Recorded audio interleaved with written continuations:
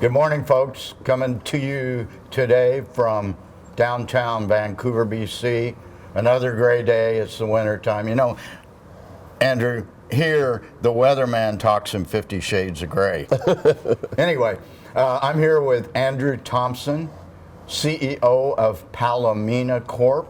And Andrew's going to tell us about the company, and including its management, its share structure, its project, et al. Good to see you, Andrew. Nice seeing you again, Mickey.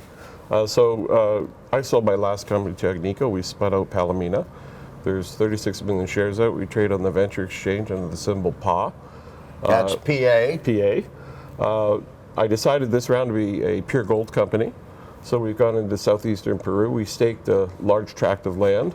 Our initial strategy was to find the team. So I went down to Peru, and there was a company called Minera IRL. Yes, very well known. Quite a few geos that had worked in this one orogenic belt I was interested in. So we secured them first. They had the knowledge of the belt. At the same time, there's a lot of ground coming open. So we actually, in January of 2017, we spent a fair amount of money, over $600,000, staking up large tracts of land. A lot that was held by the majors, some that was assessed by Minera IRL. And then since that time, in 2018, we started our systematic exploration once we had title. We made some significant discoveries on 3 other projects. And now we've got a DIA, and we're about to go drilling on our Kawasa property. Tell me what a DIA is. A DIA is an environmental permit that it's about a 6-month process, but it allows up to 40 drill pads. So it's a little more extensive than the FTA, which is the shorter permit.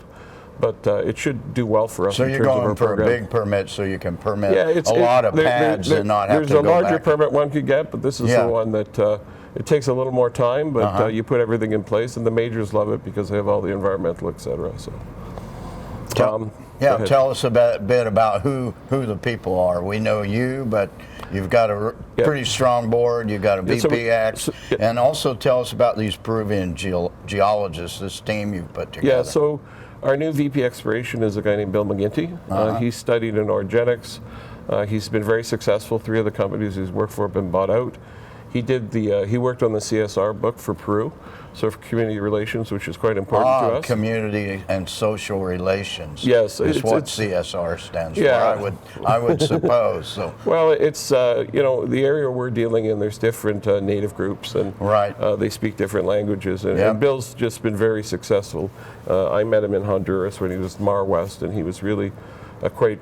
So he obviously speaks Spanish. He does, and in Argentina. He's lived in Latin America, but he's also a great geologist.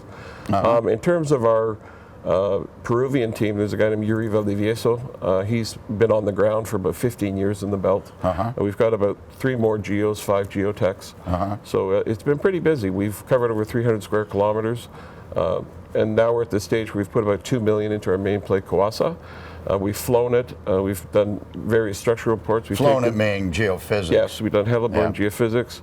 It's all structurally controlled, so it's quite a useful tool, we find. We've made some substantial discovery in terms of surface results, and now we're ready to go drilling. So we're now prioritizing the different targets. So give our viewers a little idea about the Puno Gold Belt. Starting with La Rinconada, which you and I both know, all the way down to Madre del Dios. So Peru, a third of the gold in Peru has always come out of this area. It goes back to the Inca times. It's very historic. At the moment, they put a new intercontinental highway through from the Port of Vilo all the way to Brazil, and it's driven this exploration boom. And so when you go into the basin, Madre de Dios, there's actually 700 square kilometers of alluvials that are deforesting the jungle. Correct me if I'm wrong. I think it's the largest placer, currently mined placer district in the world. I believe it is. And then at Rinconada, it's the highest town in the world. They're there to mine gold. Between the two, there's about 35,000 per area. So I was quite intrigued because very little drilling, and there's a lot of I think it's important to emphasize, La Rinconada is at 5,300 meters. And that's over 17,000 feet, and they're mining gold there. And people live there. Well, more importantly, they're mining it more or less by hand. Right. And they're moving a glacier. And there's 16 by 2 kilometers of alluvials below it. So these are very large structures with very large ounce counts. In 2016, there was about 700,000 ounces recorded. You know, there's a lot of illegal mining in these areas. That's a lot of gold. It is a lot of gold. We figure it's closer to 2 million. When we start doing the math at 2 to 3 grams per day, you know, it's quite high. But regardless, there's been very little systematic exploration in the belt. We're the first to fly it. The last round, Oyachea, Karani, some of the big deposits in the area that came forward, they were really the ones that cut their teeth. But what's happened since then is roads, electricity have gone in. Infrastructure's coming. All sorts. So now we can drive to these things and drill them, and that's the key to the inflection point. The gold mining's, it could be argued, the gold mining's driving the infrastructure, not vice versa. Now, exactly. It was the big highway coming in. Yes. So folks, to let you know a bit about it, it's north of Lake Titicaca and far southeastern Peru. Give us an idea of the altitude of your projects, because 5,300 meters pretty tough, but so our main Kawasa plays at about 3,700 meters there that we're going to drill. Oh, that's easy in Peru. In some of the areas you have to drive over, say, 4,200 meters. Yeah. But we purposely went for the things that we felt we could handle, and we're pretty satisfied with the results to date. Okay. And you have your drill permits now. When would you anticipate startup of drilling? Well, I'm hoping to be drilling by May, but Peru always throws a curveball. I don't want to commit to anything. I've made this mistake before. Right. But at the end of the day, the DIA permits up to 40 pads, and it's really about 98% of the equation at this point. Okay. So in terms of our main Kawasa Gold project, we have 2 zones. The Veta zone, we're doing 2,500 meters.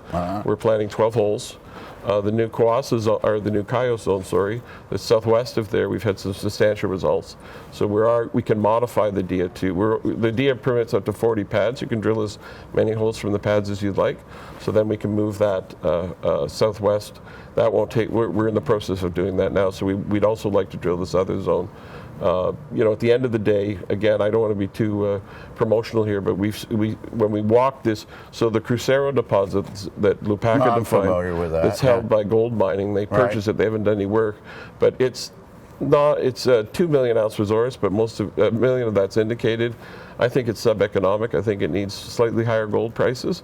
But more importantly, there's a 22 kilometer shear zone, and there's an intrusive that comes up, and beside the intrusive, we walked it. Again, our guys did 81 kilometers of drilling at Oyachea, recognized the rock. We found 4 visible gold zones.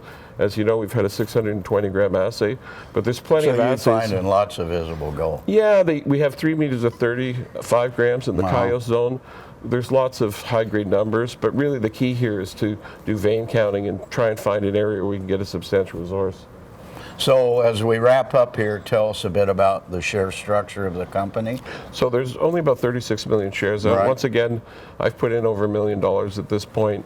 We got skin in the game. We always want that, folks. The Ernesto Chavarria we carried over from the last round. He's equally endowed, shall we say. He probably is at the 10% level. Then, you know, there's a few other shareholders that you know of that are around 8.5. So it is quite a tight float.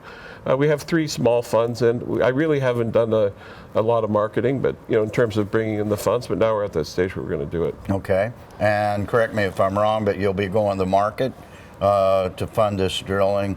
We're definitely going to need more funding. We recently sold a property to Helio, which is now Windshear.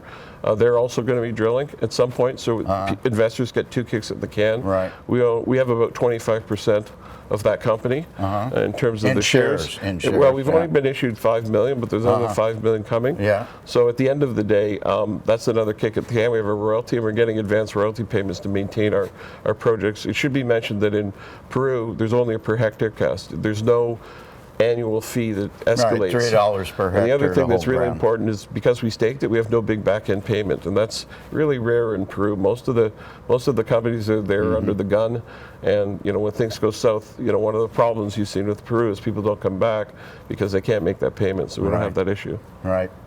Well, folks, I'm conflicted here because I own shares of Palamina Corp, and I've participated in the last 2 private placements. But I like the potential of this company, and I urge you to check it out and see what you think, and if it meets your speculative portfolio. Thanks a lot, Andrew. Thank you very much.